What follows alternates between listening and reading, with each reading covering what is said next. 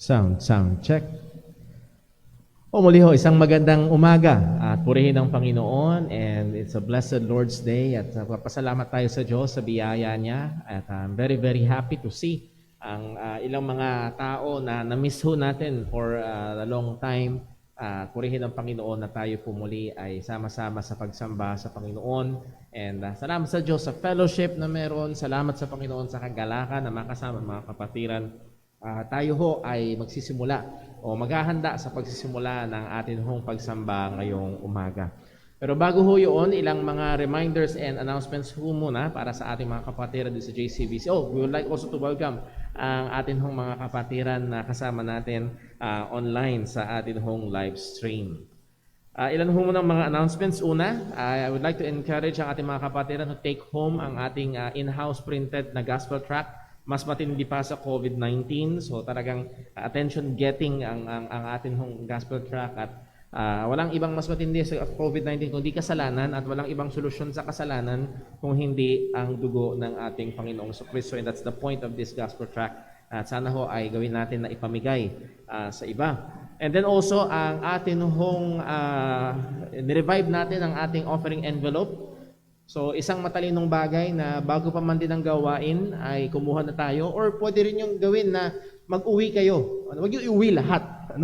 Mag-uwi lang kayo ng gagamitin nyo next Sunday para hindi dito nahihirapan na maglagay ng laman.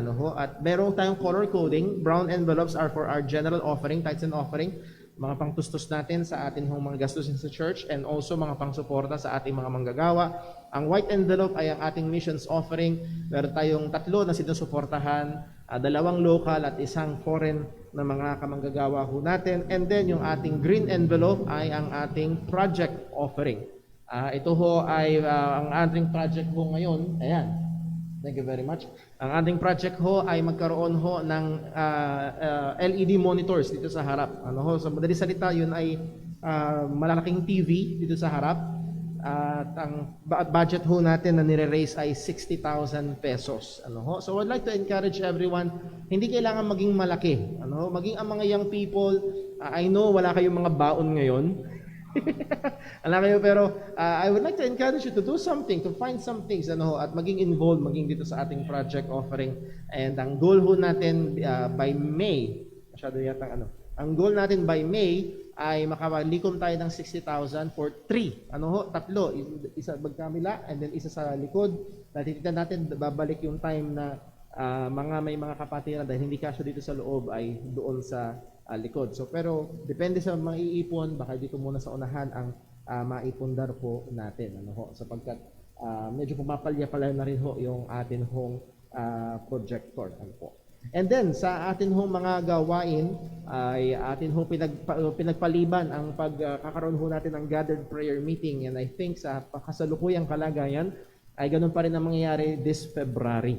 So hintayin ho natin, Lord willing, ay magkakaroon ho tayo ng gathered prayer meeting. We're looking forward to the month of March.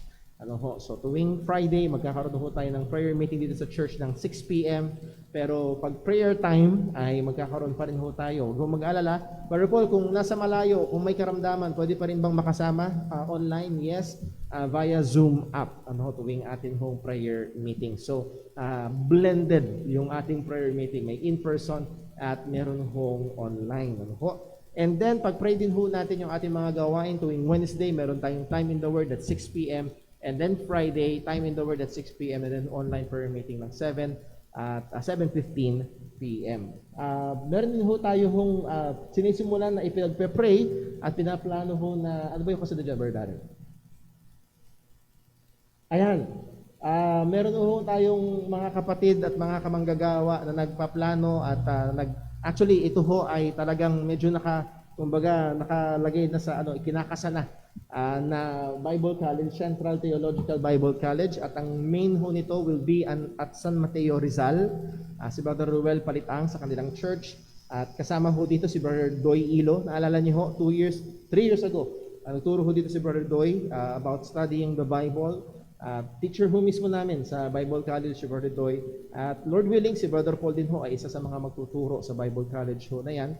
At pakipasama ho natin sa prayer at isang magandang ministry. At itinan ho natin ito bilang investment sa mga future na mga manggagawa sa iglesia ng ating Panginoon. And who knows, Lord willing, maaaring mula sa ating church, merong tawagin ng Panginoon at meron hong maayos na Bible school na pwede hong puntahan at makapag-aral ng formal ng pag-aaral ho ng salita ho ng Panginoon. Another one is yung youth camp, Meet for the Master's Use. That is the theme. Pero makikita niyo ho ay tentative yung date na Holy Week, April 14 to 16. Yung fee ay to be announced, yung venue to be announced. Hindi pa masyadong klaro. And then, tinitingnan ho dyan yung kalagayan pa rin ng pandemya is of a high consideration. Eligible persons, 13 to 20 years old, vaccinated. In-encourage ho na nandun yung bakuna. Young pro, 21 to 40 years old, single or married. So sa madaling salita, mula 13 hanggang 40 ay pasok pa rin. Pwede pa rin sumama, pero kailangan ho ay bakunado. So wait for further announcements para ho hindi masindak. Medyo ilagay nyo na sa isip nyo yung around 1,000 to 1,500 pesos na camp fee. And that will be for 3 days. Kasama na yung pagkain, lodging, at pag-pray ho natin yung mga bagay na yun. So, in-encourage natin yung mga young people kung kayo may napamaskuhan man kahit papano, sana hindi nyo inubos at inyong itinabi para ho sa bagay ho natin. Usually, tuwing magka-camp ay merong fundraising ang ating mga young people sa church. Usually, yun sana ang ginagawa natin. So, tinanong natin, Lord willing, baka meron pa rin ho. At sana ho kung sakali man ay suportahan ho ng ating pong iglesia.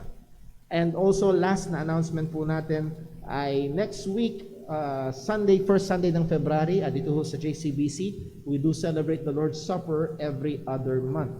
First Sunday ng every other month. So this coming February ay magkakaroon ho tayo, first Sunday ng February ay meron ho tayong Lord's Supper. So please, ay atin hong sikapin na tayo ay naririto. Ang Lord's Supper sa Kristiyano ay hindi optional. Ito ay inutos na kailangan gawin, alalahanin ng mga mananampalataya ang kamatayan at pinapahiwatig natin na tayo ay mananampalataya at kaisa at kasama sa kamatayan at muling pagkabuhay ng ating Panginoong Jesucristo. So that's a very, very important thing sa atin bilang mga Kristiyano. Yun ho ang ating mga announcements. Baka meron ho tayong magbe-birthday ngayong linggong ito. Last 2 days ng January and then first week ho ng February. Meron ho ba? Nagbe-birthday. Salamat nga ho pala sa mga si tatay. Kailan po? February 4. So February 4, advance happy birthday ho sa gwapong ama ng aking hong asawa. Ayan, So purihin ang Panginoon. And salamat din ho sa mga bumati sa birthday ni Brother Paul last January 25. At purihin ang Panginoon sa panibagong edad na kanyang pinagkaloob. And meron pa ho ba? Birthday. Wala na? Si Ate Hailey? Sa 12, January 12. So, advance happy birthday, Ate Hailey, January 12. Purihin ang Panginoon. Ayan. Meron pa ho ba? Si Brother Dave, last week, January 28. Tama ba, Brother Dave? January 28, purihin ang Panginoon. Salamat sa Diyos. At nung wala pang pandemic, tuwing birthday ni Brother Dave, ginagamit niya talagang yung okasyon para imbitahan yung mga kapitbahay, mahal sa buhay para makapag-Bible study. So very, very good na gawin. Okay, so muli ho, advance happy birthday and then belated happy birthday ho sa mga nagdiwang na at magdiriwang ng kaarawan, purihin ang Panginoon sa kanyang katapatan. Well, this moment tayo ho ay magsisimula sa ating gawain ng pagsamba at magkaroon tayo ng sandali ng matahimik na pananalangin. Tingnan natin ang tulong ng Panginoon at maging ang kanyang pagsiyasat sa ating hong pagsamba sa Kanya. Tayo po ay manalangin.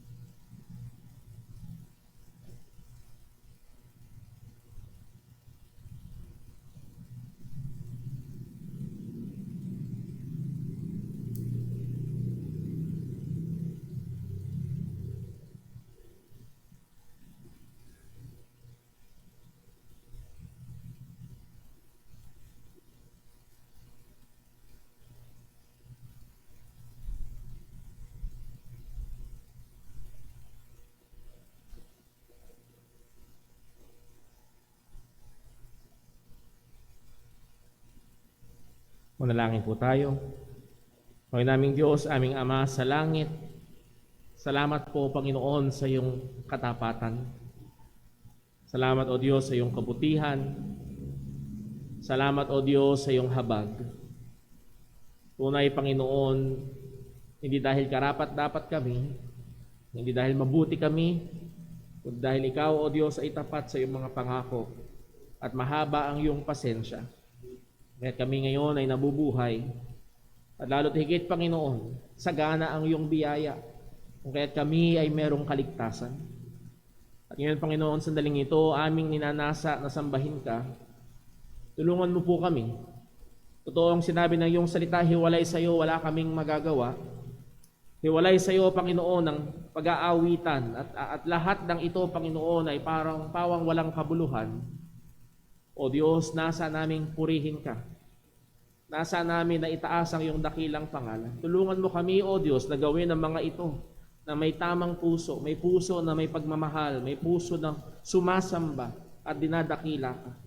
O Lord, aking pong hinihiling na tulungan mo rin po maging ang aming mga kapatiran na hindi namin kasama ngayon dito, na kasama namin via online, na lalong nasa mahirap na kalagayan ang kanilang sitwasyon sa pagsamba.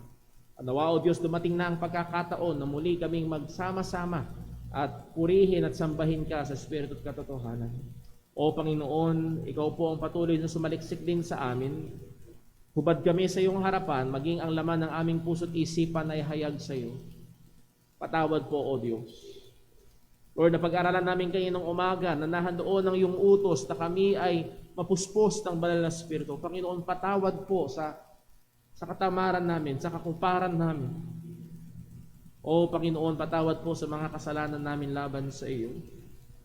At tulungan mo kami, Panginoon, sa mas maigting pa na pagpatay sa mga kasalanan na nakatahan sa amin.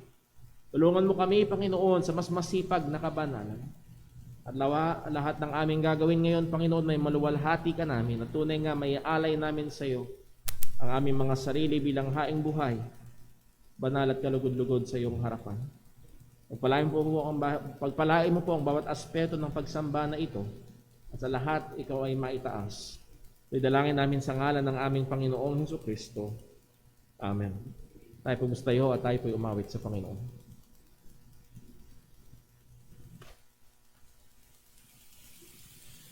Tayo po umawit. Awitin po natin, How Great Thou Art.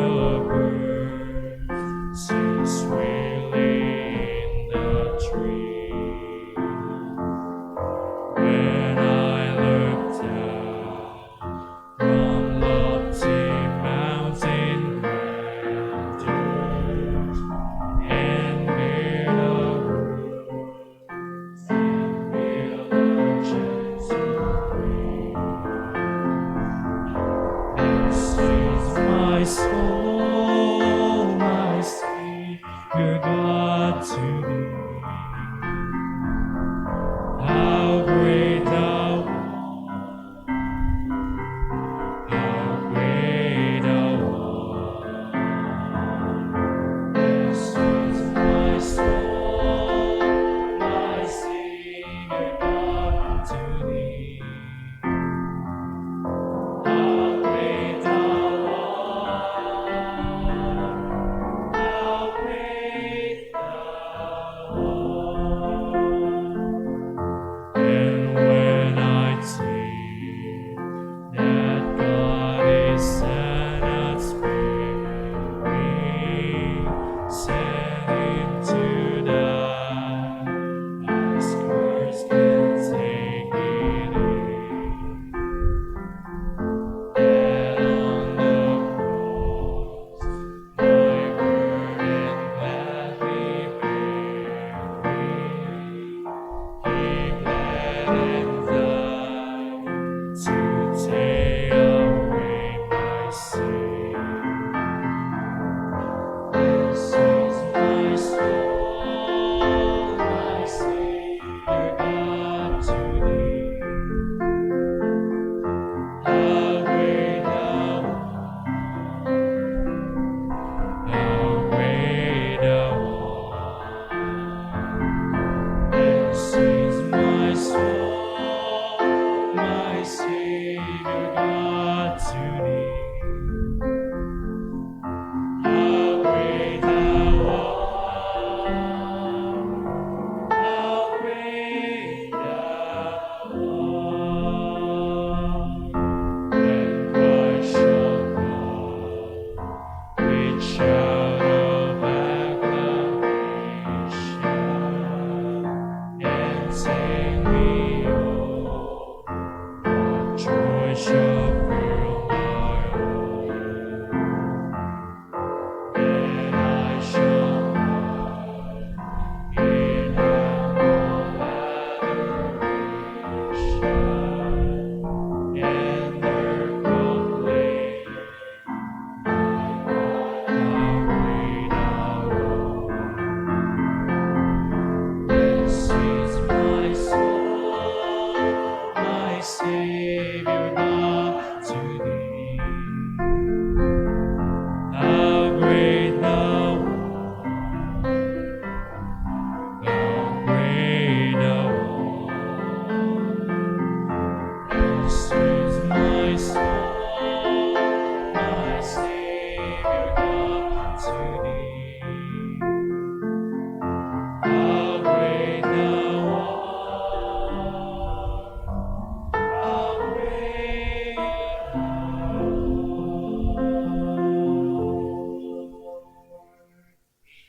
Matili po tayo. Tayo.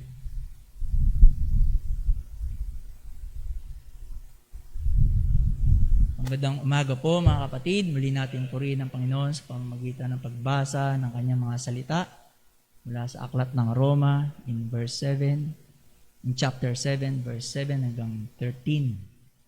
Atin pong sabay-sabay basahin. 7 talata. Ready? Read. Ano ngayon ang ibig nating sabihin? Kasalanan ba ang kautusan? Huwag nawang mangyari. Gayon may hindi ko sana nakilala ang kasalanan kung hindi dahil sa kautusan.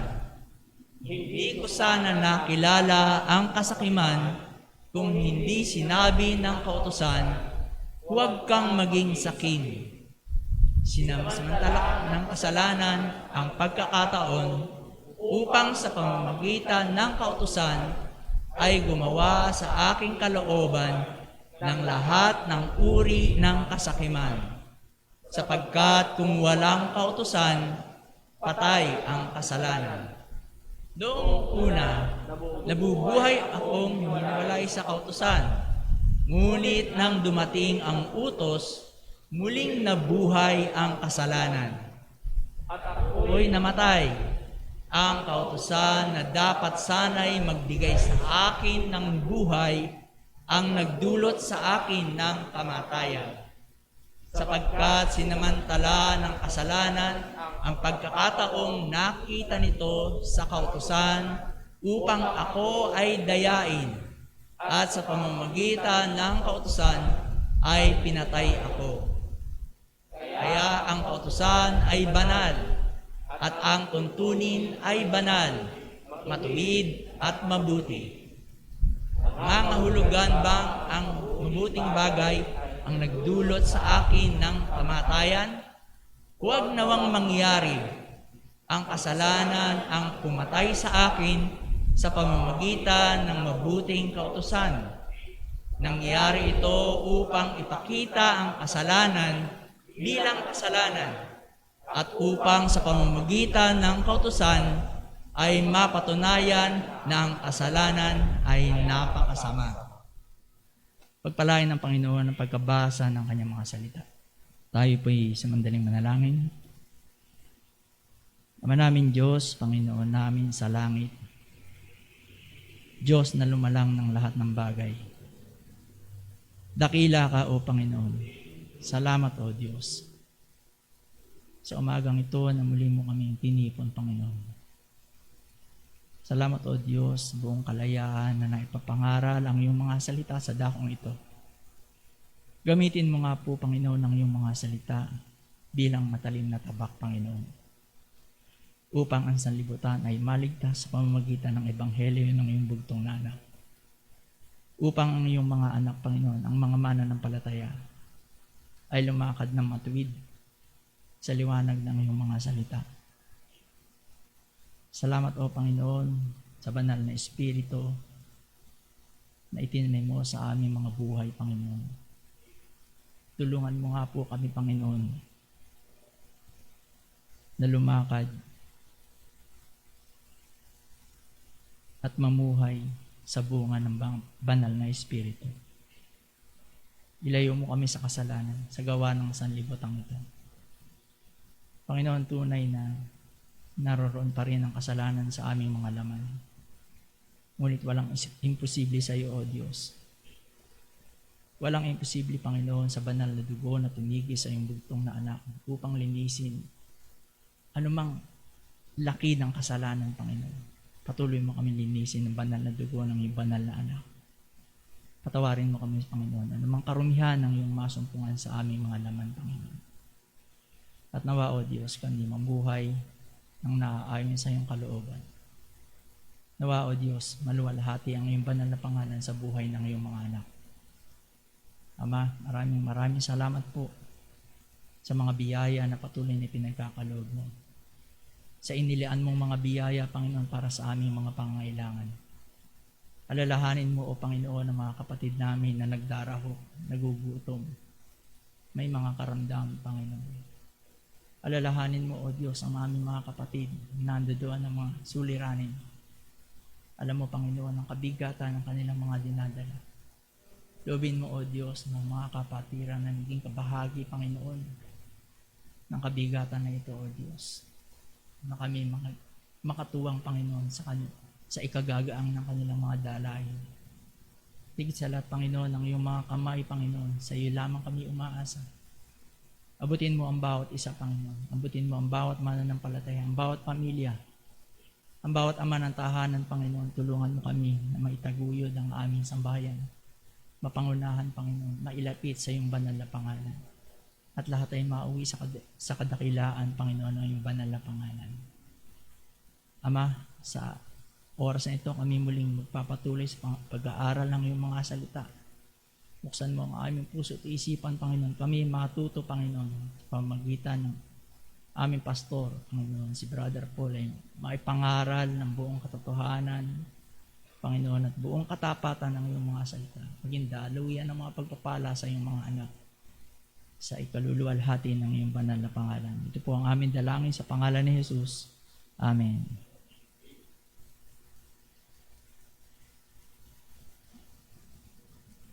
Tayo po ulit tumawag sa Panginoon. Awitin po natin, Blessed Assurance.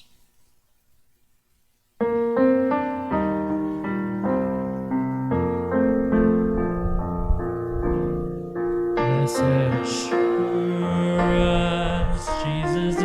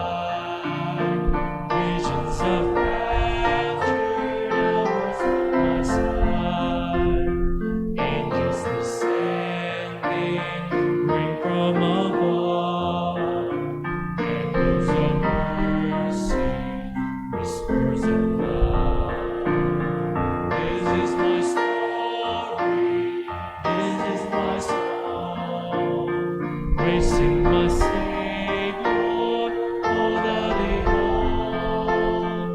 This is my story, this is my song. Praising my Savior all the day long. Exaltation, all is at rest.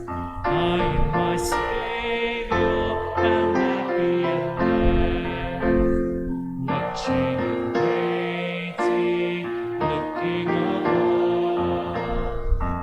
With His goodness, no sin is love. This is my story, this is my song. Praising my Savior all the day long. This is my story, this is my song. Praising my Savior all the day long. Manatili po tayo nakatayo.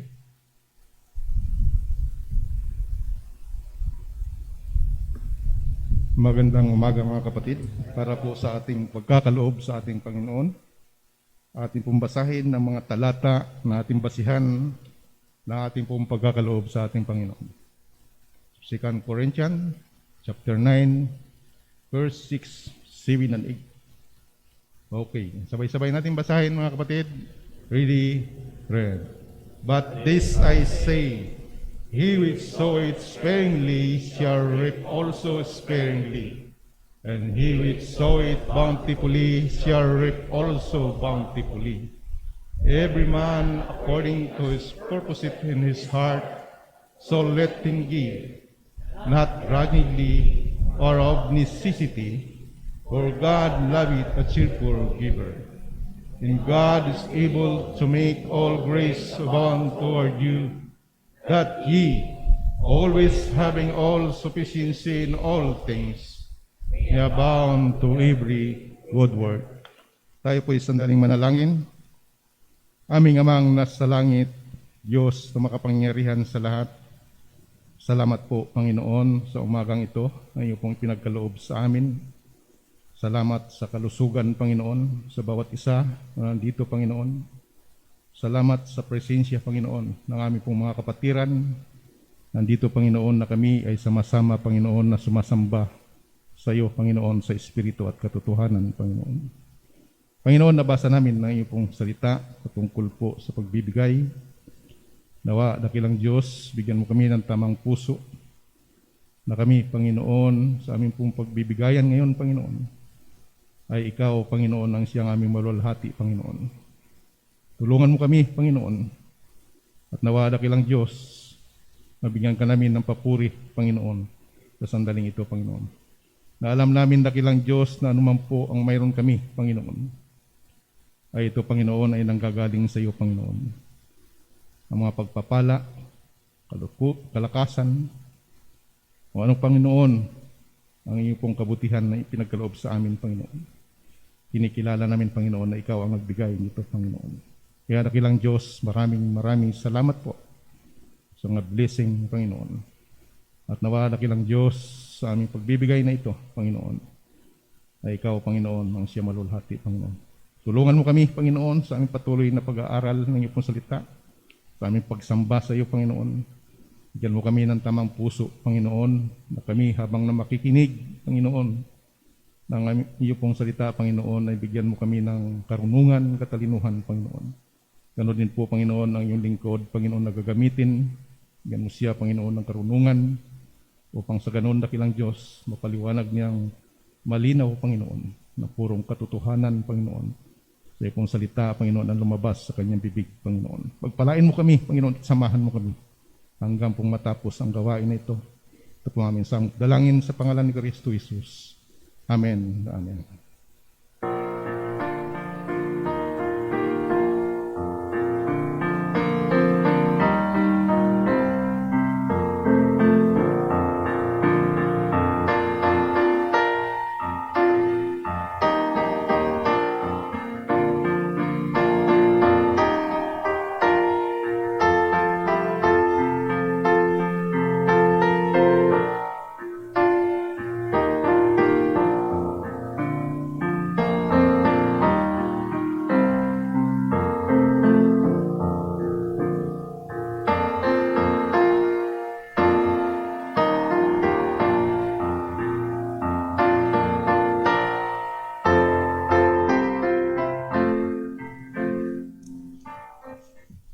Tayo dadako ho sa ating pag-aaral ng salita ng Panginoon.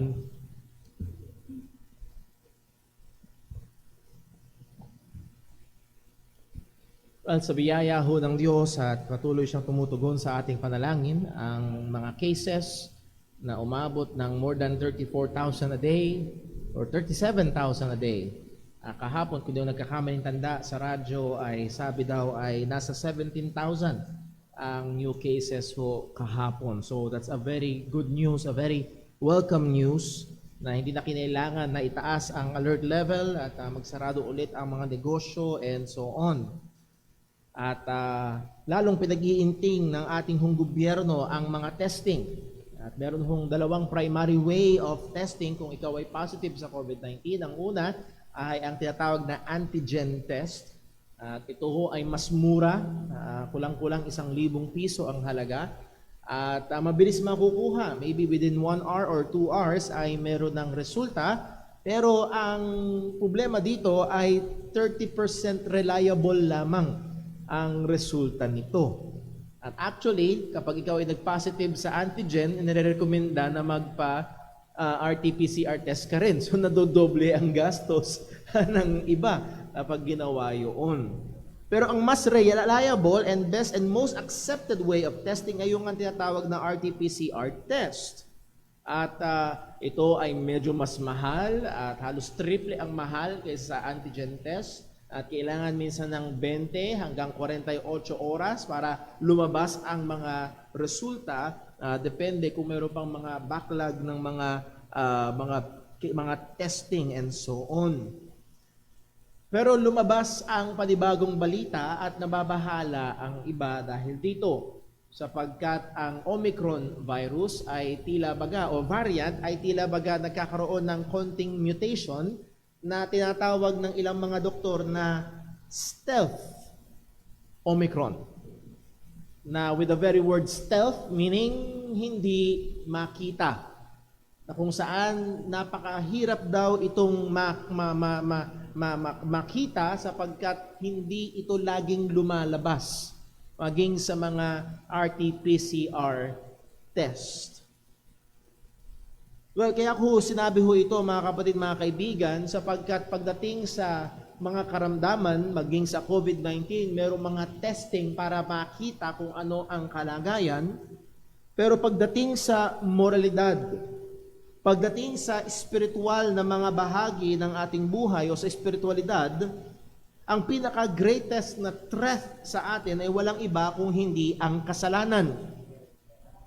Pero sad to say, ang kasalanan sa buhay ng marami ay tila baga, like the Omicron variant, ay naka-stealth mode.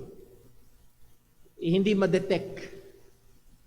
Meron akong napakinggan sa isang preaching minsan at hindi ko maalala word for word, pero ang sabi ng isang author, just to give an example, hindi lang basta mahirap ma-detect ang kasalanan, yung iba ay itinatago ang kasalanan. At sa pamamagitan ng pagbabago ng lengguwahe, ang kasalanan ay nagiging isang bagay na kailangang tanggapin. For example, sa issue ng LGBTQIA+, at ang alam ko, mayroon pa yatang 2 na dinagdag ngayon. Dati daw, ang tawag ay homosexuality. And homosexuality is an action or a behavior. At ang action at behavior ay dapat at pwedeng i-judge kung tama o mali. From homosexuality, tinawag na gender confusion. At ang gender confusion ngayon ay isang kondisyon. Kalalagayan, estado niya. Paano mo hahatulan ang isang kondisyon? Actually nga, kung yun ang kondisyon niya, para bang yung isang batang may autism, yun ang kondisyon niya. Kailangan mo siyang unawain. At nagbago na naman ang lengguwahe at tinawag na itong pagiging gay or lesbian or LGBTQIA, which is now an identity. Yun na siya. At kung yun siya, hindi mo siya pwedeng hatulan, hindi mo siya kailangang unawain. Kung yun siya, kailangan mo siyang kilalanin at tanggapin. So itong kasalanan na ito ay effectively itinago at ginawa ng katanggap-tanggap sa maraming tao. Ganito kadaya ang kasalanan. Ganito kasama ang lipunan na hindi kumikilala sa Panginoon. Paano? Paano madedetect? Ano ang pwedeng pang-test? Pwede bang i-swab test ang isang tao at makita kung, makasalanan ka nga o hindi? At meron mga tao sa kabila ng kitang-kita na sa paraan ng kanilang pamumuhay ay dinedeny. At as we have seen sa issue ng LGBTQIA, ito ay nire-rebrand. Paano madedetect? Well, binigyan ho tayo ng Panginoon ng kaparaanan. At sa atin hong binasa sa Romans chapter 7, sinaysay ni Apostol Pablo paano niya nalaman siya mismo sa kanyang sarili, paano niya nakilala na siya nga ay isang makasalanan. Walang ibang kaparaanan kung hindi sa pamamagitan ng kautusan. Sa pamamagitan ng mga kautusan ng Panginoon ay makikita ang kasalanan at in-expose ni Apostol Pablo ang grabing kasidhian ng pagiging makasalanan ng kasalanan o kasidhian ng kasamaan ng kasalanan. So nais ko kayong anyayahan muli na buksan ang inyong mga Biblia at atin hong basahin sa Romans chapter 7. Romans chapter 7 at babasahin ko mula verses 7 to verse 13. Tayo po magsatayo para sa ating muling pagbasa ng salita ng Panginoon. Romans chapter 7, verses 7 to verse number 13. Ito po ang salita ng Diyos. What shall we say then? Is the law sin? God forbid. Nay, I had not known sin but by the law. For I had not known lust except the law had said, Thou shalt not covet. But sin, taking occasion by the commandment, wrought in me all manner of concupiscence, for without the law sin was dead. For I was alive without the law once, but when the commandment came, sin revived and I died. And the commandment which was ordained to life, I found to be unto death. For sin, taking occasion by the commandment, deceived me, and by it slew me. Wherefore the law is holy, and the commandment holy, and just, and good. Was then that which is good made death unto me? God forbid. But sin, that it might appear sin, working death in me by that which is good, that sin by the commandment might become exceeding sinful. Pagpalain po ng Diyos sa pagkabasa ng kanyang mga salita. Manalangin po tayo. O Panginoon naming Diyos, aming Ama sa langit, tunay Panginoon, kung titingnan namin ang sanlibutan, sumasagana ang kasalanan. Tila baga namamayani ang kadiliman. Pero salamat, O Diyos, na binigyan mo kami ng liwanag. Binigyan mo kami ng basihan ng aming pananampalataya. Walang iba kung hindi ang iyong salita. Sa pagkakataon na ito na kami ay mag-aaral, bigyan mo kami ng tulong. Buksan mo ang aming mga mata upang makita namin ang mga dakilang bagay mula sa iyong kautusan. Ito'y mauwi sa kapurihan ng iyong pangalan, sa katitibay ng iyong mga mananampalataya, at sa kaliligtas pa ng mga kaluluwa. Maawa ka po sa amin, O Diyos. Kailangan namin ng iyong biyaya. Dalangin namin ito sa ngalan ng aming Panginoong Hesukristo. Amen. Maaari na po magsiupo ang bawat isa.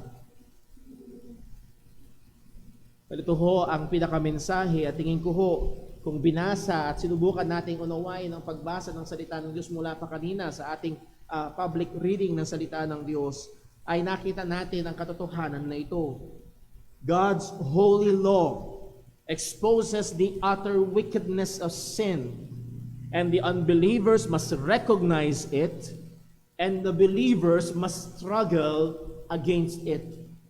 Ang banal na kautusan ng Panginoon ay nag-e-expose, nagpapakita, nagsisiwalat ng grabing kasamaan ng kasalanan. At ang mga hindi mananampalataya ay dapat kilalanin ito, at ang mga mananampalataya ay dapat labanan ang kasalanan na ito. Now, right on the outset, ang atin hong binasa, actually mula ho verse 7 hanggang matapos ang chapter 7, verse 25, ay isa sa mga medyo challenging at kinikilala ng ilan na very challenging na part ng Romans, ng Book of Romans para i-interpret at para unawain ng may kawastuhan. There are iba't ibang mga theological questions and even different positions. At sa akin ng paghahanda at pag-aaral, nagbasa tayo ng ilang mga reference materials at meron mga theologians na may mga different nuances, may mga different na interpretations sa bawat bahagi nito. Si Pablo ba, at merong mga tanong sila, si Pablo ba ay sumusulat ng kanyang sariling karanasan? Ito ba ay tila baga autobiography ni Apostol Pablo? Or si Apostol Pablo ba ay sumusulat ng general o patungkol sa general na karanasan ng lahat ng tao na parang ginagamit niya lang yung kanyang sarili na larawan? Siya ba ay sumusulat sa perspektibo ng isang hindi mananampalataya? O sa perspektibo ng isang taong na kay Kristo Jesus o isang taong anak na ng Diyos at mananampalataya ng Ebanghelyo? So these are many questions and these are many considerations na kailangan tingnan at isaalang-alang sa pag-iinterpreta at pag-aaral nito. Pero napakaganda ng sinabi ng theologian na si Leon Morris at kanyang pinaalala sa kanyang commentary na yes, these questions are important na masagot at maaaring may kinalaman para maunawaan natin ang pinakaibig sabihin ng mga talatang ating binasa, pero pinaalala niya na hindi natin dapat ma-miss ang main point at goal ni Apostol Pablo. He was not, or Paul was not primarily writing about himself nor about his personal experience. What he wrote, says Leon Morris, is this, is a sustained treatment of the place of the law. Hindi actually yung karanasan niya ang pangunahing binibigyang pansin ni Apostol Pablo, kundi ang binibigyan niyang pansin mula pa sa Romans chapter 2 na babanggit na ang patungkol sa kautusan ng Panginoon. At napag-aralan natin for the last 2 Sundays at nakita natin sa Romans chapter 6 at sa simula ng Romans chapter 7 verses 1 hanggang verse 6, ang nababanggit niya madalas ang patungkol sa kautusan. At mula dito, kanyang gustong bigyan ng malusog, ng maayos, na kagaunawa ang mga tao, ang mga mananampalataya. Well, kung ganun, para saan ang kautusan? Ito ang main point ni Apostol Pablo. Ginawang malinaw ni Pablo ng mga Hudyo at mga Hentil ay nasa ilalim ng hatol ng Panginoon sapagkat nilabag nila ang kautusan ng Diyos. Romans chapter 2, malinaw, maaaring nasa kanila man ang nakasulat na kautusan ng Panginoon or wala sa kanila ang nakasulat na kautusan ng Diyos pero nakasulat sa kanilang puso, lahat ay lumabag sa kautusan ng Panginoon and therefore under God's wrath. Ginawa niyang malinaw sa Romans chapter 3, verse 20. Kung pwede ho nating balikan. Sa Romans chapter 3, verse 20, ang sabi ho ni Apostol Pablo ay ito, therefore we conclude, or therefore by the deeds of the law, there shall no flesh be justified in his sight. For by the law is the knowledge of sin. Ginawa niyang malinaw. Kaya nga, therefore, it is a conclusive word. Pagkatapos ng lahat ng kanyang mga sinabi, malinaw na sa pamamagitan ng kautusan ay walang taong aariing ganap sa harapan ng Panginoon. Pinoint out ni Apostol Pablo na mga mananampalataya kay Kristo Jesus ay wala na sa ilalim ng kautusan, wala na sa ilalim ng sumpa at ng penalty ng kautusan. Last Sunday, kagaya ng ating napag-aralan sa Romans chapter 7 verse number 5, napakatindi ng sinabi ni Apostol Pablo. Romans chapter 7 verse 5. Ito po ang kanyang sinabi. For when we were in the flesh, the motions of sins, which were what? By the law. These motions of sin. And that word motion meaning this passion, this desire for sin. At ginamit, sinabi ni Apostol Pablo, at siguro sa panahon natin ngayon, mabibigyan ng kategorya na a very scandalous statement. Lalo na sa mata ng isang Hudyo. That these passions of sin, these appetites of sin, these desires of sin, at sabi niya, which is by the law. Sa pamagitan ng kautusan. So sinful desires are or were arose by the law. Binubuhay, kumbaga, para bang ginagatungan. Itong init ng kasalanan ay parang ginagatungan ng kautusan ng Panginoon. And ito ay very in contrast sa pananaw, lalo na ng mga Hudyo. Ang tingin, ang kautusan ng Panginoon, ang Diyos ay banal, ang kautusan ng Diyos ay banal. At ito ay dapat sundin para sa kabanalan ng buhay. Pero Apostol Pablo, anong sinasabi mo? Na sa pamamagitan nito ay lalo pa nasususugan ang kasalanan. Paano yan? At sa mga Hudyo, buong buhay nilang iniisip na ang kaparaanan para sila'y maging katanggap-tanggap at matuwid sa harapan ng Diyos ay sa pamamagitan ng pagsunod ng kautusan. Pero ngayon, sinabi mo na walang aariing ganap sa harapan ng Panginoon sa pamamagitan ng kautusan. Aba. Itong napakahalaga, itong nasa gitna ng buhay at paniniwala ng mga Hudyo at ng mga maraming mga tao na paraan at hindi ba yun ang madalas na kaisipan ng maraming tao ngayon? Gusto mong pumunta sa langit, gusto mong umaligtas, sundin mo ang utos. Pero ang sabi ng salita ng Panginoon, sabi ni Apostol Pablo, no, that's not the case. Teka muna, Apostol Pablo, hindi ba parang pinipinturahan mo ng itim? Alam mo yung kasabihan na yon, painting it black? Itong bagay na ito, itong napakaganda, napakabanal, napakabuting kautusan ng Diyos, para yatang pinipinturahan mo ng itim, para yatang pinapapangit mo, Apostol Pablo. Sinasabi mong hindi nakakapagligtas, okay, pero ngayon sinasabi mo na sa pamagitan ng kautusan, nagigising at para bang promoter ng kasalanan ang kautusan? Para yatang hindi tama yan, Pablo. At dito, sa binasa ho natin, ipapaliwanag ni Apostol Pablo, no. Yun ay maling pagkaunawa. Ano ang tamang pananaw?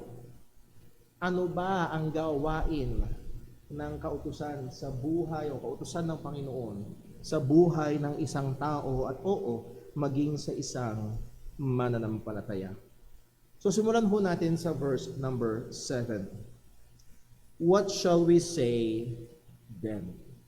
Okay, hindi nakakapagligtas. Okay, sa pamagitan ng kautusan, nagigising ang passion ng kasalanan. Ano ngayon ang sasabihin natin? Ang sabi ni Pablo, is the law sin? Ang kautusan ba ng Panginoon ay kasalanan? Kung ang kautusan ng Panginoon, sabi mo, Apostol Pablo, kung ang kautusan ng Panginoon ay gumigising sa kasalanan, kung ang kautusan ng Panginoon ay nagpapasusog pa at lalo nagtutumulak pa yata, lalo para ikaw ay magkasala, di dapat tignan natin ang kautusan ng Panginoon parang ito ay masama. Ito mismo ay kasalanan. Ito mismo ang balon kung saan nanggagaling ang kasamaan. And it must be sin, and its very nature must be sinful. Yun bang ibig sabihin, Pablo? Ito ba ang doktrina na sinasabi mo? Parang ito yung lundo, parang ito yung lohikal na lagiging bagsak ng mga binitawan mong salita, Apostol Pablo. Pero ano ang sagot? Yun nga ba? Para sa doktrina ng doctrines of grace sa election, ang Diyos ay pumili na, ang Diyos ang tumatawag. Anong ibig mong sabihin? Hindi na magsusunod. No. Hindi yun. At ang sabi ni Apostol Pablo, God forbid. Nay. No. It is an emphatic denial. Ibig sabihin, anumang kaisipan, anumang ideya na tinitignan, na tinuturing ang kautusan ng Panginoon na ito ay masama o sanhi at pinagmumulan ng kasamaan, ito ay hindi lapat sa katotohanan. Anumang kaisipan na tila baga nagpo-portray sa Diyos na tila siya pa ang author ng kasalanan o pinagmulan ng kasalanan, ito ay hindi lalapat sa salita ng Panginoon. Sabi ni Apostol Pablo, no, hindi yun. Well, Pablo, kung hindi galing sa kautusan, kung hindi masama ang kautusan, paano? Parang sabi niya, at dito nagsimula si Apostol Pablo, sabi niya, I had not known sin but by the law. Ginamit niya ang personal pronoun na I. And I believe dito si Apostol Pablo ay ginagamit niya ang kanyang personal na karanasan at personal na kalalagayan at pinagdaanan bilang ilustrasyon ng katotohanan na kanyang nais iparating at mensahe na kanyang nais ipaunawa sa mga sinusulatan. Sinabi niya ang isang napakahalaga na aspeto, aspeto ng kautusan. Ano daw? That the law is not the source of sin, but the revealer of sin. Ang kautusan ng Panginoon ay hindi siya ang balon ng kasalanan, hindi siya ang pinagmumulan ng kasalanan. Ang kautusan ng Panginoon ay tagapag-expose, tagapaghayag, tagapagbunyag ng kasalanan. Yang sabi niya, I had not known sin but by the law. Hindi ko malalaman, hindi ko makikilala. And again, that word know, madalas gamit sa Biblia. And again, depende sa konteksto. Pero dito, I believe, itong gamit ng word na know ay hindi lang basta know na alam ko masama yan. Pero to really know sin as sin. Sabi niya, hindi ko makikilala ito kundi sa pamamagitan ng kautusan. Hindi ko mauunawaan ang kasalanan hiwalay sa kautusan ng Panginoon. At actually, gumamit siya ng isang partikular na utos. Hindi lang ito, o hindi para magkaroon lang tayo ng ilustrasyon at para makita na, oo nga, tama nga ang sabi ni Apostol Pablo, sapagkat ginamit niya ang ikasampung utos. Ano ang ikasampung utos? Ang sabi niya, for I had not known lust, except the law had said, thou shalt not covet. Ito ang ikasampung utos sa Exodus chapter 20 verse 17. Ating saglitang tignan ang sabi ng Panginoon sa mga Hudyo sa Exodus chapter 20 verse number 17.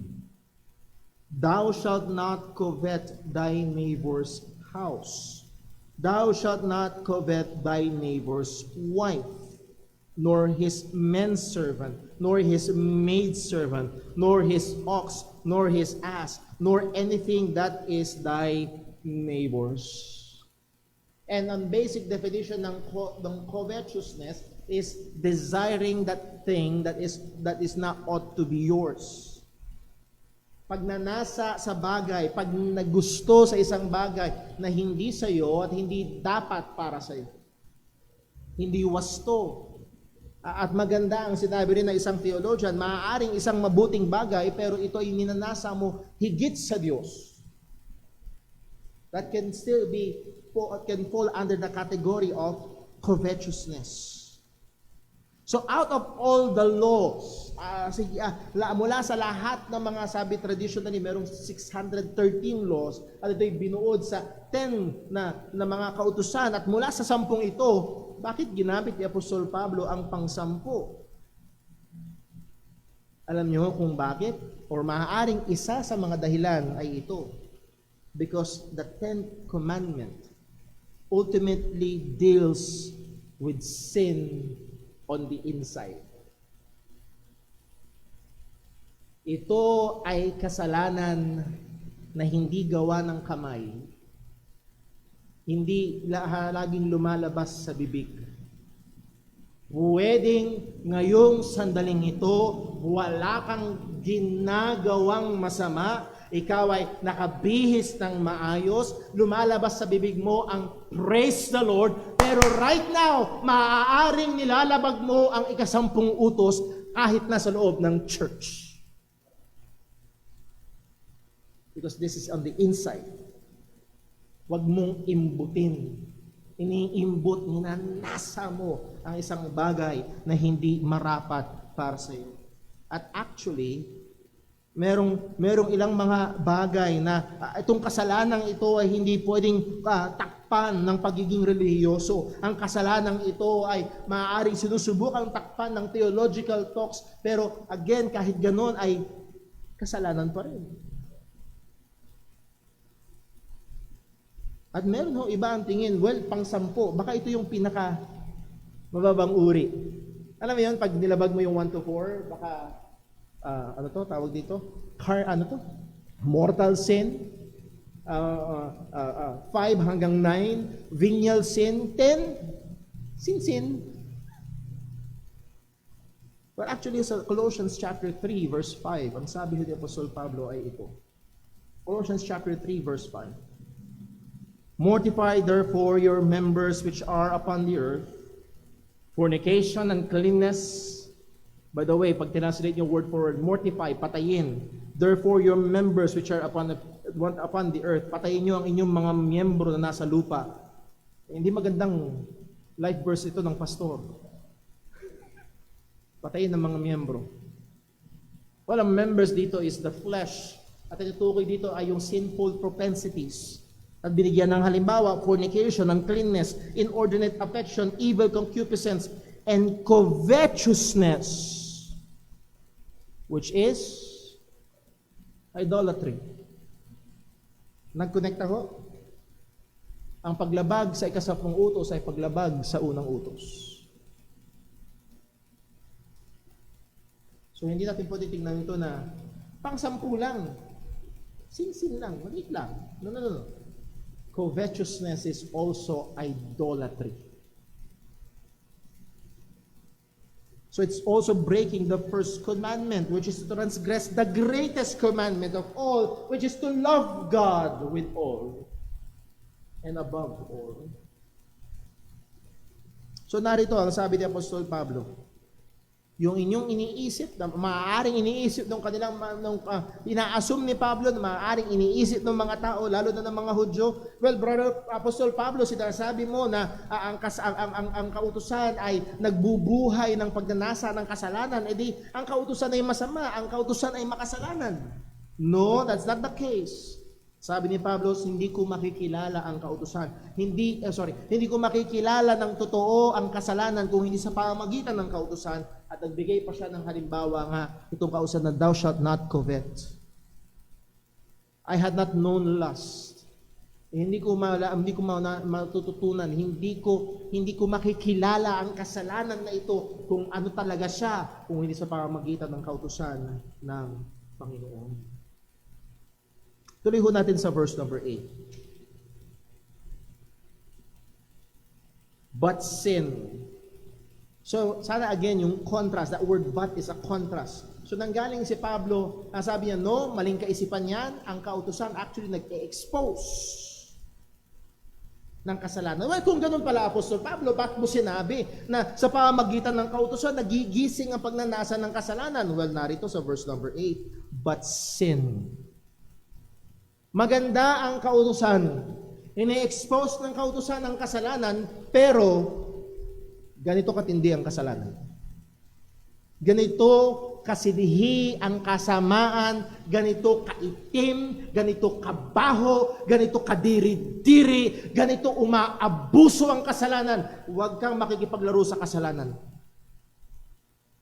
But sin, taking occasion by the commandment, wrought in me all manner of concupiscence, for without the law, sin was dead. So yes, sabi sa verse 7, the law exposes sin, but sin taking occasion by the commandment. At sa ESV, ang translation, but sin seizing an opportunity through the commandment. So here is the commandments of God. Narito ang kautusan ng Panginoon. Pero sa kabila ng napakaganda at napakabuting kautusan ng Panginoon, nag-take opportunity pa rin ang kasalanan. Let me just give you an example. Ang ating bansa ay sinalanta ng bagyong Yolanda. 2013? Tama, 2013? Grabing devastation. Grabing kalagayan ng ating mga kababayan. Mahigit 6,000 ang namatay. Bumaha ang tulong ng international community. Napakaganda, tulungan at bayanihan at galing sa iba't ibang mga bansa, maging mga foreigner dumarating para tumulong, mga makinarya para maghukay at gumag-build. Napakaganda, tama? Pero meron pa rin mga politikong nangurakot. Simula sa napakaganda sanang bagay na yun, kumilos pa rin ang kasalanan. Ang sabi, but sin taking occasion or seizing the opportunity. Ano ang sabi? Wrought in me all manner of concupiscence. Ang sabi, but sin seizing opportunity through the commandments, sa verse number 5, kung naalala niyo, for when we were in the flesh, the motions of sin which are by the law. Yun yung sinasabi ni Pablo, yung motions of sin, yung mga passions ng sin, ito ay sa pamamagitan ng kautusan. At paano ito? Hindi dahil masama ang kautusan, kung hindi dahil ganun kasama ang kasalanan. It takes opportunity, even through the very holy and good law of God. Ang sabi, wrought in me all manner of concupiscence. Kung naalala niyo ho, ating binigyang pansin o sinabi, nung tayo ay nahulog sa kasalanan sa pamamagitan ni Adan, lahat ng pinanganak ay makasalanan. Lahat ng pinanganak ay rebelde. At tuwing darating ang kautusan, magre-rebelde ang... Para bang ganito, rebelde. Ilagay natin sa gobyerno, rebelde sa gobyerno. Sinong babarilin kung walang sundalo ng gobyerno? Meron ba silang babarilin? Dumating ang isang truck ng sundalo ng gobyerno. Narito ang makasalanan. Dumating ngayon ang kautusan. Hindi ako susunod sa iyo. Ganito katindi ang kasalanan. Ang sabi, it wrought in me all manner of concupiscence. It produced in me all kinds of covetousness, all evil desires, yung mga masamang pagnanasa, yung mga masamang kagustuhan, mga masamang kaisipan, ginamit ng kasalanan ang kautusan para gisingin ito. At hindi ko lang maiwasang maikumpara. Hindi ba ganito rin ang pandaraya ni Satanas kay Eva at kay Adan? Ang utos ng Diyos, huwag niyong kainin ang bunga ng puno ng pagkaalam ng mabuti at ng masama. At itong utos ng Diyos na ito, ang siyang ginamit ni Satan, sinabi ba ng Diyos na huwag niyong kainin ang lahat? Ay hindi, di totoo yan. Doon bumase Doon kumilos. At actually, yung sinabi ho dito, work in me all manner concupiscence, ang ibig sabihin dito, it is the base. Dito nagmumula at ito yung ginagamit ng kautusan para dayain, para gisingin ang mga pagnanasa sa kasalanan. Sabi ni Pablo, for without the law, sin was dead. Gano'n mang karami ang rebelde, kung walang gobyerno, anong gagawin nila? Wala. Wala silang aksyon, wala silang programa, wala silang laban, wala, patay. Walang gawain dahil walang gobyerno ang pagre-rebeldehan. Ganon din ang kasalanan. Kung walang kautusan, sin was dead. It doesn't mean na hindi existent ang sin, but it is lifeless, no action, no strength. Or sabi nga ni John MacArthur, it's dormant. Andyan lang, pero walang ginagawa. At ito rin nga, as we have said, this is the scheme of the devil in the garden. Pagdating sa verse 9, ang sabi ni Apostol Pablo ito, verse 9, I was once alive apart from the law. But when the commandment came, sin came alive and I died. At kagaya sinabi ho natin, yung verse 9, isa sa mga mahihirap interpret. Ano ibig sabihin ni Pablo na I was once alive apart from the law? Meron bang panahon na apart from the law si Apostol Pablo? Meron bang panahon na hindi siya patay spiritually?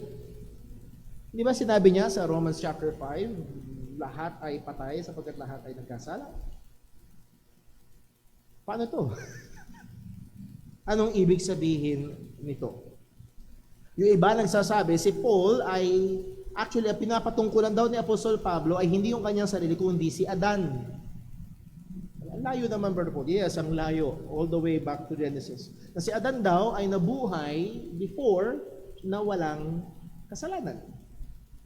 He was alive. He was spiritually alive. Meron na ba nagsasabi na si Pablo daw, ito'y tumatungkol sa I was once alive apart from the law, pumapatungkol daw ito sa state of innocence. Ano yung bata daw? So, nung si Pablo daw ay bata, hindi niya alam ang kautusan, innocent siya. At siya ay buhay. At yung iba, ginagamit ito na, kaya nga ang bata pupunta sa langit kasi innocent sila. As we have studied, that is not true. Romans chapter 5, lahat tayo ay nagkasala kay Adan. Okay?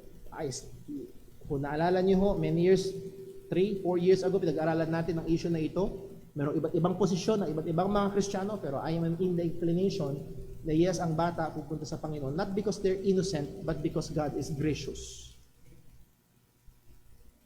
Now, ano ang punto? Ano ang best understanding? O tingin ko ho ito ang the best understanding. Again, maaaring magkaiba tayo pagdating sa pag-unawa ho dito. And pwede natin pag-usapan, pero wag nating hahatiin ng church about dito. I believe the best understanding doon sinabi ni Apostol Pablo, apart from the law, is not the time before the law was given to Moses, hindi yun, kundi apart from the right understanding of the law.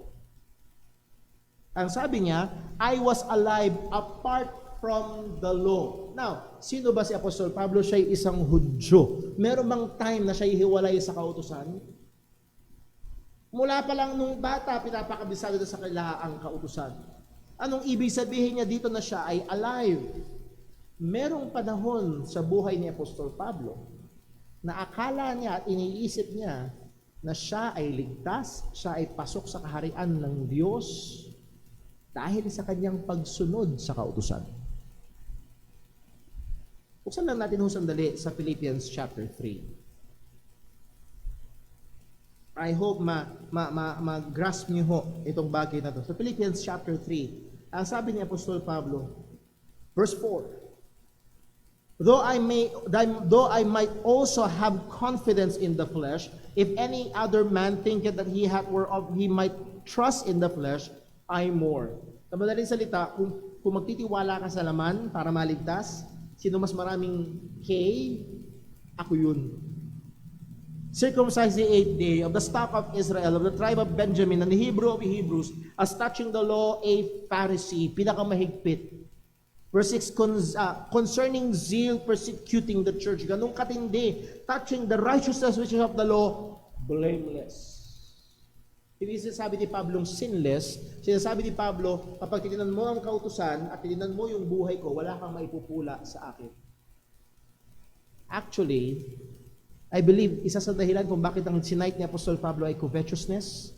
Yes, wala kang mapupula, wala kang makikita sa kanya, pero alam niya sa sarili niya. May nakatago, meron sa loob, maaaring hindi niya ginagawa, pero meron siyang ninanasa. Ang punto ho ay ito, tuloy natin ang basa. Concerning zeal, persecuted the church, touching the law, touching the righteousness which is of the law, blameless. But what things were gained to me? Take note of those words. But what things were gained to me? Those I counted loss for Christ. The point is this: before he knew Christ, bago niya nakilala si Kristo, ang pananaw ni Pablo, these things are gain. I'm alive. I am acceptable to God by my obedience to the law. Merong punto sa buhay ko na ako'y buhay. Akala ko ako'y buhay. Tingin ko ako'y katanggap-tanggap sa Panginoon sa pamamagitan ng kanyang pagsunod sa kautusan. Pero nung nangyari, balik tayo sa Romans chapter 7 verse 9. I was once alive apart from the law. Pero po sabi niya apart from the law. Again, apart from the right understanding of the law. Sabi niya, I have not known sin but by the law. How did he knew sin? Sa pamamagitan ng kautusan ng Panginoon. Pero ang sabi niya, but when the commandment came, nung dumating ang kautusan, nung naunawaan ko ang kautusan, kung ano ba talaga ito, ano ang sinasabi nito, na hindi ito nagpapaging katanggap-tanggap sa akin sa harapan ng Panginoon, na ito talaga ay nagpapakita kung gaano ako makasalanan sa harapan ng Panginoon. Ang sabi ni Pablo, sin came alive and I died. Walang iniwan ho yan sa patotoo ng marami sa atin. Bago tayo maligtas, akala natin okay lang tayo. Yes? Maaaring meron sa atin bago maligtas, napaka-relihiyoso pa ako saan man tayo, sa mga relihiyon tayo nasumpungan ng Ebanghelyo. Maaaring akala natin sa pag-church natin, tayo ay okay, tayo ay buhay. Nagsisimba linggo-linggo, may mga tradisyon na sinusunod. Mas mabait kaysa sa ibang tao, tingin natin tayo ay buhay. Pero sabi ni Apostol Pablo, ganun din ako dati. I was alive nung panahon na yon. Pero dumating ang kautusan at naunawaan ko talaga ang kautusan and I died. At ang ibig sabihin, nakita niya talaga ang kanyang kalagayan. Hindi siya buhay. Siya talaga ay patay. I was once alive apart from the law, but when the commandment came, sin came alive and I died. Sin came alive. Ito ay mukhang patay. Siguro sa buhay ni Apostol Pablo, sa tingnan niyo yung kanyang buhay, circumcised the eighth day, and Hebrew, the tribe of Benjamin. Pag tingnan mo yung righteousness ko of the law, blameless. Ang tingin niya sa kanyang sarili, ang kasalanan ay patay. But sin came alive nung dumating ang kautusan. Walang iniwan sa pulse monitor, yung tut-tut. Akala ni Pablo sa pamamagitan ng kanyang personal na pagsunod sa kautusan, patay ang kasalanan. Flatline. Well, dumating ang kautusan. Hindi lang basta may heart rate, sumisipa pa. Buhay na buhay. O nais kong tawagin ng pansin ng bawat isang naririto, maaaring ikaw ay relihiyoso, maaaring ang tingin mo sa iyong sarili, ikaw ay mabait, maaaring hindi mo tinitingnan ang iyong sarili na isang makasalanan. Ang akala mo at ang tingin mo, ang kasalanan sa buhay mo, patay. Pagaya ka ni Apostol Pablo bago maligtas. O nawa ang kautusan ng Panginoon ay ipakita sa iyo na hindi nga ganun ang iyong kalagayan. Nakikita mo ba ang kautusan? At sana hindi mo nakikita ang kautusan na nagsasabi sa iyo, ang bait mo naman. O ang kautusan na nagsusumigaw, ikaw ay patay, ikaw ay makasalanan, ikaw ay nasa ilalim ng hatol ng Diyos. Yun ang isinisigaw ng kautusan. Well, verse number 10.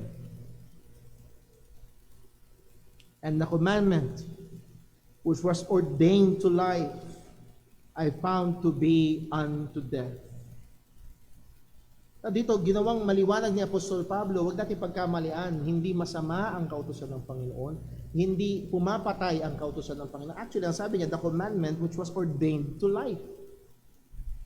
Ito ay para sa buhay. Paul made it clear. God's law is ordained to life. Basahin lang natin muli sa Romans chapter 2, verse 6. Ang sabi, who will render, God will render to every man according to his deeds. Verse 7, to them who by patient continuance in well-doing seek for glory and honor and immortality, ato daw i-reward ng Panginoon? Eternal life. Kung perpekto mo masusunod ang kautusan, again, take note, kung perpekto every second of your life, wala kang nilabag kahit isa, karapat dapat ka sa buhay na walang hanggan. Because God is a righteous judge. Pero narito ang problema, Romans chapter 3 verse 10, as it is written, there is none righteous, no, not one.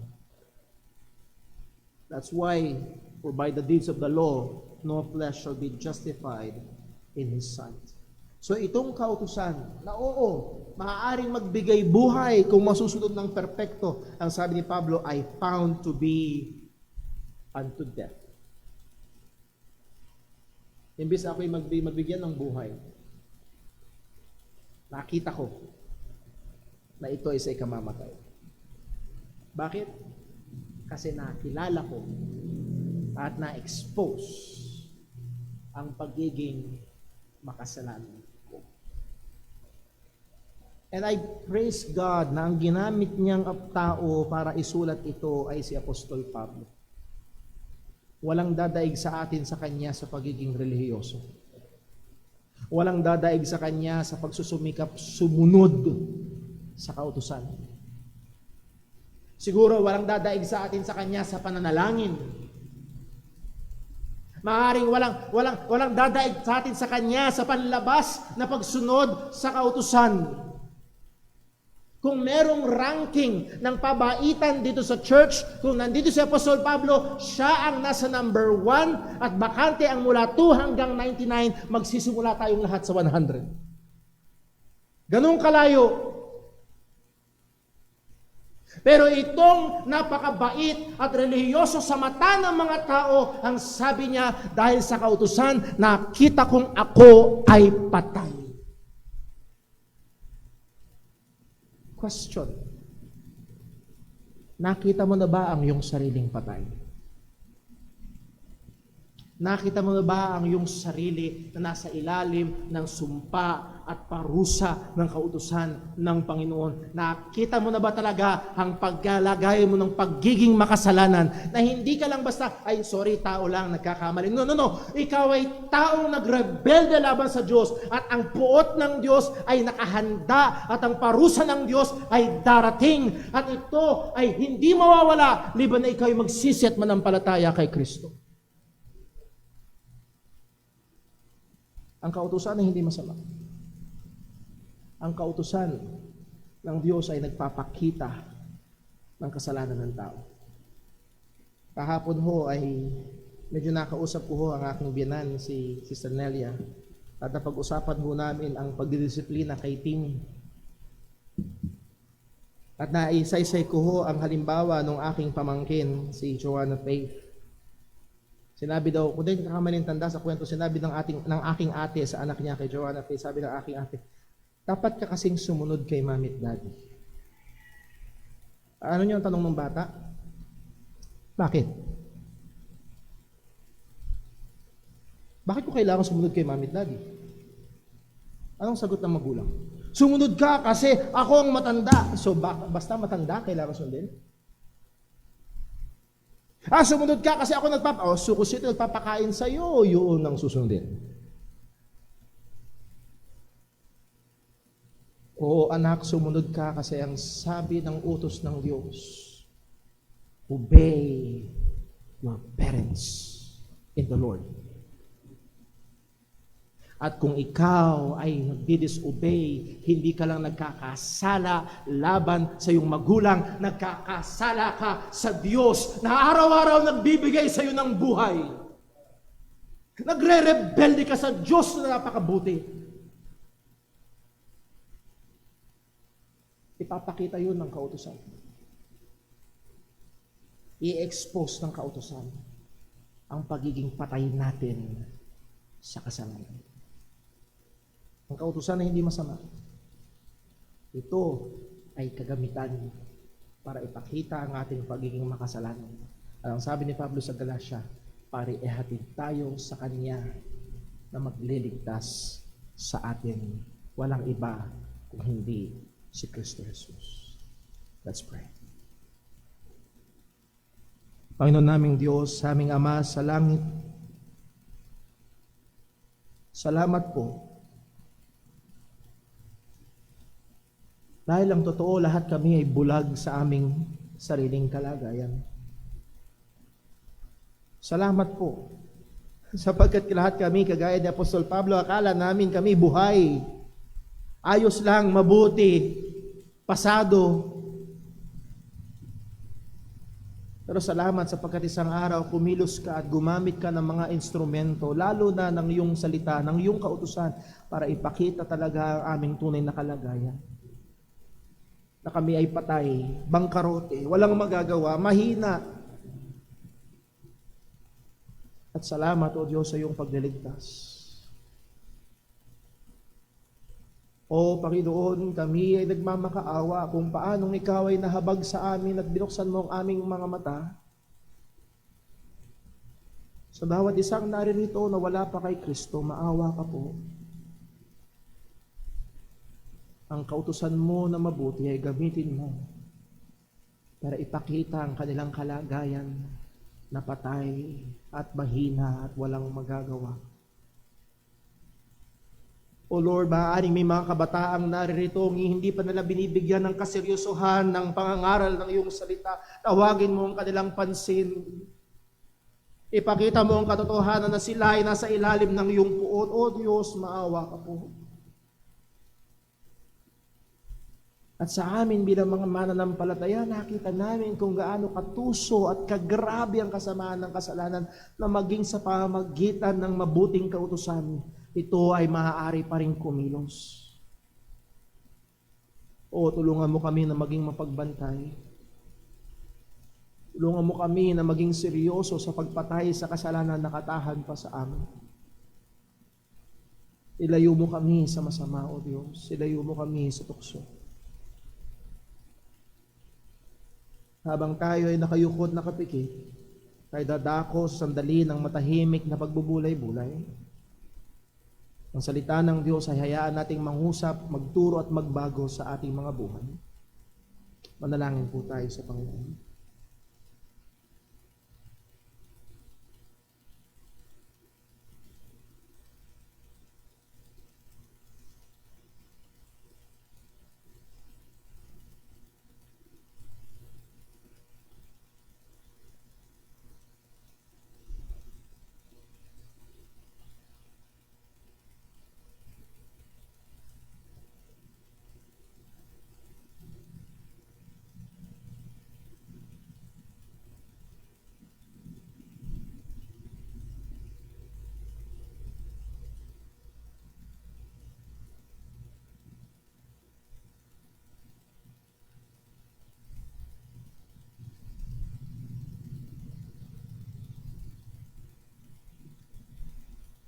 Let us pray.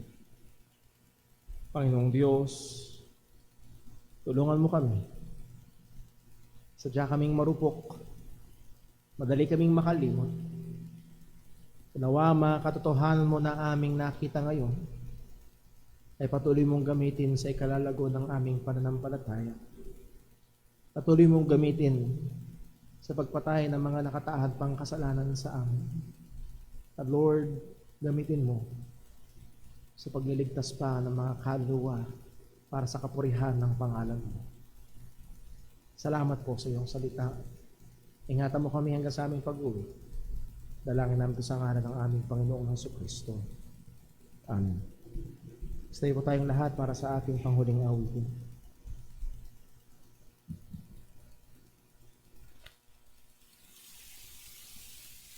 Tayo po yung mawit. Awitin po natin, Living for Jesus.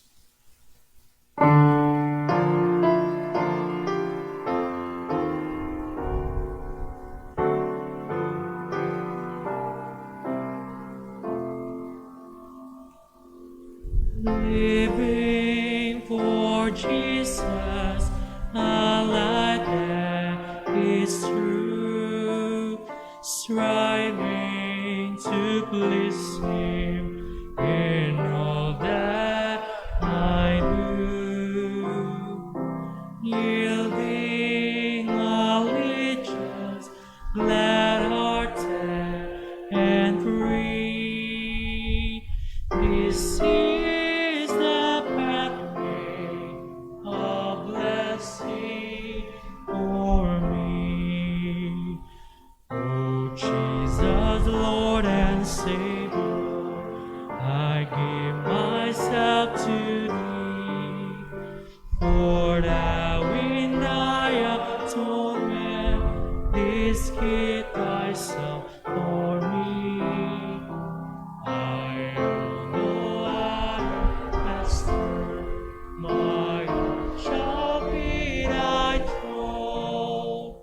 My life I give henceforth to live, O Christ, for Thee alone.